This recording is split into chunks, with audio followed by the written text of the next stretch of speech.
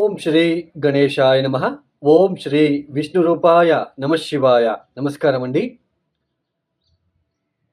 ఇక్కడ 2024 అక్టోబర్ మాసంలో ద్వాదశ రాశి వాళ్ళ మాస ఫలితాలు ఎలా ఉన్నాయో తెలుసుకుందాం.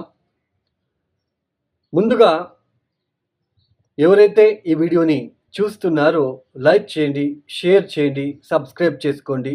మరియు ఈ వీడియో పైన మీ అభిప్రాయాలని కామెంట్ రూపంలో తెలియచేయండి.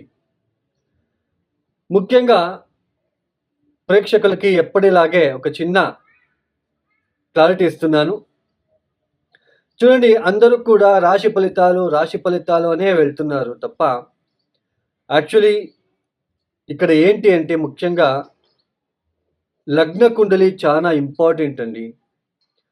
రాశి ఫలితాలు అనేవి చంద్రాత్ మనం చూసుకుంటాము. ఇది గోచారంలో గ్రహాలు అనేది ట్రాన్సిషన్ అవుతూ ఉంటుంది. ఒక ఇంటి నుంచి అంటే ఒక రాశి నుంచి ఇంకొక రాశికి మారుతూ ఉంటారు. ఇలా మారేటప్పుడు ఈ మాస ఫలితాలు మనం చూసుకుంటాము. సో అన్ని గ్రహాల్ని మనం ఒక క్యాలిక్యులేట్ చేసుకొని సో ఎలాంటి ఫలితాలు వస్తాయని చెప్పుకుంటాం. అంటే గోచారంలో ఉంటున్న ఇది అంటే మెయిన్ లగ్న ఫలితాలు. లగ్నం నుంచి చూసుకున్నట్లయితే ఇప్పుడు ఫర్ ఎగ్జాంపుల్ ఇక్కడ లగ్నాత్ ఇప్పుడు వృషభ లగ్నమైంది ఒక వ్యక్తి, సింహరాశి అనుకోండి. గోచరంలో గురువు లాభస్థానంలో అంటే మీనరాశిలో సంచారం చేస్తున్నాడు అనుకోండి. అదే వృషభ లగ్నం నుంచి లాభస్థానం అవుతుంది, రాశి నుంచి అష్టమ స్థానం అవుతుంది.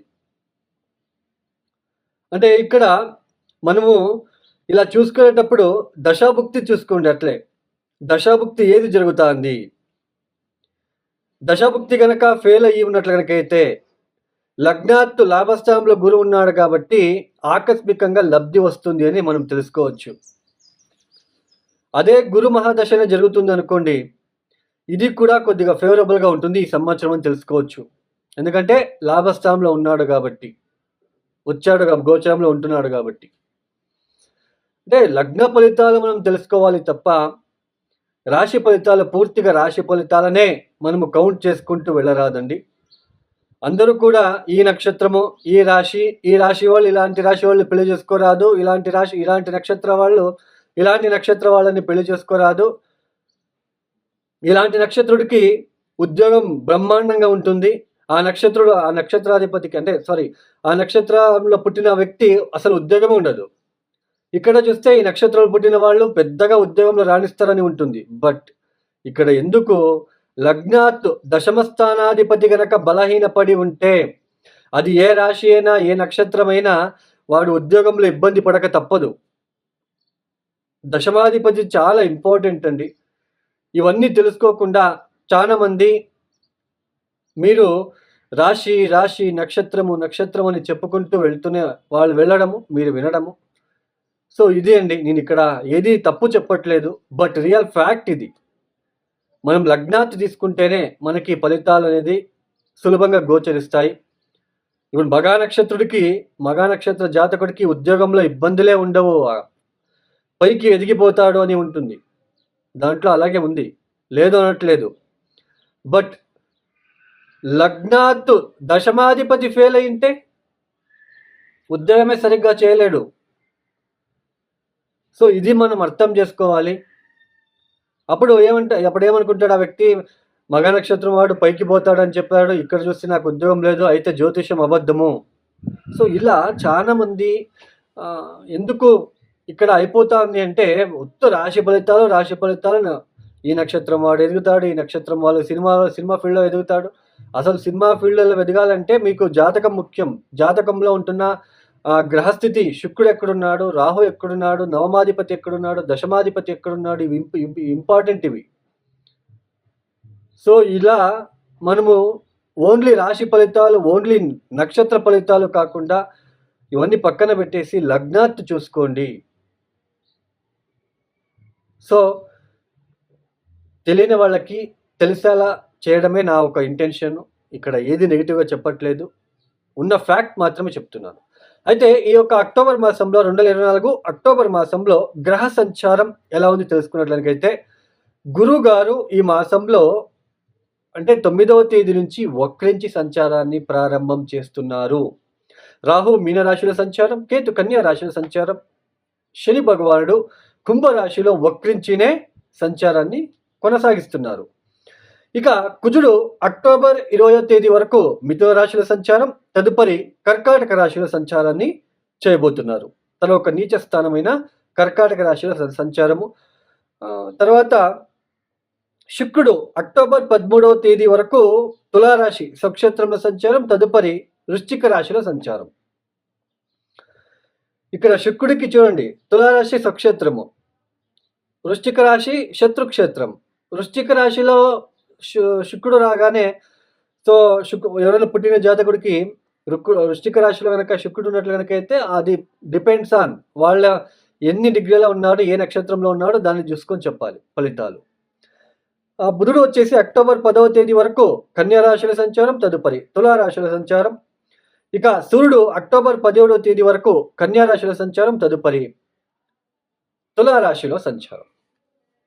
ఈ ఒక గ్రహ సంచారం రీత్యా ద్వాదశ రాశుల వాళ్ళకి. ఇక తదుపరి రాశి వృషభ రాశి లేదా వృషభ లగ్నం. ఈ వృషభ రాశి వాళ్ళకి ఈ యొక్క 2024 అక్టోబర్ మాసంలో ఏ గ్రహాలు యోగిస్తున్నారు అని తెలుసుకున్నట్లయితే ముఖ్యంగా లాభస్థానంలో ఉంటున్న రాహు పూర్తిగా యోగిస్తున్నాడు ఈ మాసమంతా కూడా. అక్టోబర్ 20వ తేదీ తర్వాత కాస్త కుజుడు మనకి యోగించడం లేదు, నీచ స్థానంలో సంచారం కాబట్టి తృతీయ స్థానంలో అంత బలిష్టంగా ఉండదు, యోగించడం లేదు. అయితే ఇబ్బందులు పెద్దగా రావు, అంటే కుజుడు పర్లేదు. అక్టోబర్ 20వ తేదీ తర్వాత కుజుడు కొద్దిగా మనకి సహకరిస్తున్నాడు అని అర్థం. తర్వాత ఈ యొక్క మాసంలో సూర్యుడు కాస్త అర్ధశుభుడిగా శుభ ఫలితాలను ఇస్తున్నారు. మనకి దాదాపు బుధుడు కూడా అర్ధశుభుడిగా శుభ ఫలితాలని ఇస్తున్నారు. ముందుగా ఈ యొక్క వృషభ రాశి వాళ్ళకి ఈ యొక్క మాసంలో ముఖ్యంగా పంచమ స్థానంలో ఉంటున్న అక్టోబర్ ఏదైతే 17 వరకు సూర్యుడు కేతు కలిసి ఉండడము, అక్టోబర్ 10 వరకు కూడా బుధుడు కూడా అక్కడ కలిసి ఉండడము, ఈ occult science related research oriented వీళ్ళకి చాలా బాగుంటుంది అని అర్థం.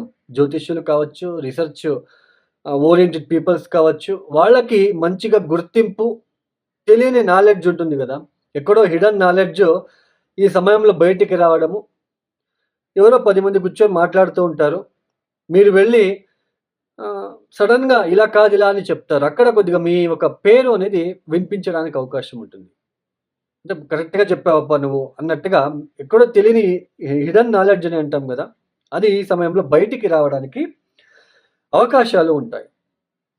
అయితే పంచమ స్థానంలో సూర్యుడు మంచిగా ఆయన మంచి ఫలితాలు ఇవ్వడు, కేతువు కూడా అక్కడే ఉండడము, పైగా పంచమాధిపతి బుధుడు కూడా అక్టోబర్ 10 వరకు అయితే పెద్దగా ఇబ్బందులు రావు. పంచమ స్థానానికి సంబంధించిన ఏదైతే సంతానం కావచ్చు, ఒక గుర్తింపు కావచ్చు, ఒక ఆలోచన విధానం కావచ్చు, ఇవన్నీ వీటికన్నీ అయితే ఏం పెద్దగా డిస్టర్బెన్సెస్ అయితే ఉండవు.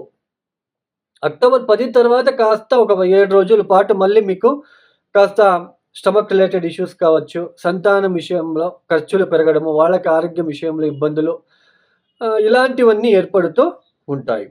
తర్వాత ద్వితీయ స్థానంలో ఉంటున్న కుజుడు అక్టోబర్ 20 వరకు కుజుడు ద్వితీయ స్థానంలో ఉంటూ ఆకస్మికంగా నోటికి సంబంధించినది ఎక్సెస్ ఆఫ్ హీట్ కావచ్చు, ఏదో ఒకటి పళ్ళకి సంబంధించిన పెయిన్ కావచ్చు, ఇలాంటివి సడన్గా ఆకస్మికంగా కుజుడు ఇలాంటి సిచ్యుయేషన్స్ ఇస్తూ ఉంటాడు. తర్వాత ఇక్కడ ముఖ్యంగా మీ మాటల ద్వారా శత్రుత్వం పెరిగే సూచనలు కూడా ఉంటాయి ఈ యొక్క కుజుడు వలన. తర్వాత బుధుడు కూడా షష్టానికి వెళ్ళిపోతాడు, ద్వితీయాధిపతి పంచమాధిపతి 6వ స్థానంలో వెళ్ళరాదు. అలా ఉన్నప్పుడు మన మాటలే వేరే వాళ్ళకి శత్రుత్వం లాగా కనిపిస్తూ ఉంటుంది. వీడేంటి ఇలా మాట్లాడేశాడు, నన్ను ఇట్లా అనేసాడే అన్నట్టుగా వాళ్ళు ఫీల్ అవుతారు. సో దీని యొక్క వాళ్ళు ఫీల్ అవడము, వాళ్ళ మీ పైన కొంచెం కోపం పెంచుకోవడము. సో తర్వాత వీళ్లకు సరైన భోజనం లేకపోవడము, శరీరంలో ఎక్కడైనా చిన్నపాటి గాయాలు అవ్వడము, సో ఇలాంటివి కూడా మనకి కనిపిస్తూ ఉంటుంది. ఇక ఉద్యోగం విషయంలో కూడా కాస్త ఒడిదుడుకులే ఉన్నాయి. ఉద్యోగం కూడా అంటే ఇబ్బందులు, దశమాధిపతి వక్రించడం అనేది కాస్త ఇబ్బందులే ఉంటాయి. ప్రయాణాలు ఎక్కువగా చేయాల్సిన ప్రమేయం ఏర్పడుతూ ఉంటుంది. పైగా జన్మరాశిలో గురువుగారు వక్రించడం అక్టోబర్ 9 తర్వాత. ఇది కూడా ఒక రకంగా ప్లస్‌గా ఉంటుంది. అష్టమాధిపతి, లాభాధిపతి పాపి అయిన గురువు వక్రించడం అనేది మంచిదే. అయితే డబ్బు విషయంలో కాస్త ఇబ్బందులొచ్చే సూచనలు, అప్పులు చేయవలసిన ప్రమేయము. ప్రయాణాల్లో మీరేదైనా తీర్థక్షేత్రాలకు వెళ్దామని అనుకొని ఉంటారు. ఇప్పుడు ఈ సమయంలో అది వెళ్ళే అవకాశం ఉంటుంది. సో, ఇలాంటివి మనకి కనిపిస్తూ ఉంటుంది. మొత్తానికి వృషభ రాశి వాళ్ళకి రాహువు మనకి పూర్తిగా శుభుడుగా ఉన్నాడు. మిగతా అన్ని గ్రహాలు కూడా కాస్త మిశ్రమంగా ఉంటున్నారు. ఉద్యోగం విషయంలో కూడా కాస్త ఒడిదుడుకులు తప్పవు. ఉద్యోగం వెతికే వాళ్ళకి కూడా అతి కష్టం పైన ఉద్యోగం వచ్చే అవకాశాలుంటాయి. ఇక్కడ వృషభ రాశి వాళ్ళు చేసుకోవాల్సిన పరిహారాలు ఏంటి అనేది తెలుసుకోవడానికైతే ముఖ్యంగా విష్ణు సహస్రనామం వినడానికి ప్రయత్నం చేయండి. విఘ్నేశ్వరుడికి పసుపు మరియు గ్రీన్ కలర్ క్లాత్‌ని ఇవ్వడానికి ప్రయత్నం చేయండి. తర్వాత వీలైతే నవధాన్యాలని కూడా గుప్పెడు నానబెట్టేసి ఒక 9 రోజులు పొద్దున్నే, రాత్రిపూట నానబెట్టడం, ఉదయాన్నే పొద్దున్నే నీళ్ళని తీసేసి బెల్లం కలిపి గోచరంలో ఉంటున్న నవగ్రహ దోష నివారణ కోసం ఈ పరిహారం చేసుకుంటున్నాను. నవగ్రహ దోష నివారణ వల్ల మొక్కుకొని ఎద్దులకో, ఆవులకో రోడ్ సైడ్ ఆహారం లేకుండా ఉంటున్న ఎద్దులు కావచ్చు, ఆవులు కావచ్చు వాళ్ళకి తినిపించండి. ఖచ్చితంగా ఆ నెగెటివ్ అనేది తగ్గుతుంది. ఈ యొక్క వీడియో మీకు నచ్చితే లైక్ చేయండి, షేర్ చేయండి, సబ్స్క్రైబ్ చేసుకోండి. సర్వే జనో సుఖినో భవంతు. ధన్యవాదములు.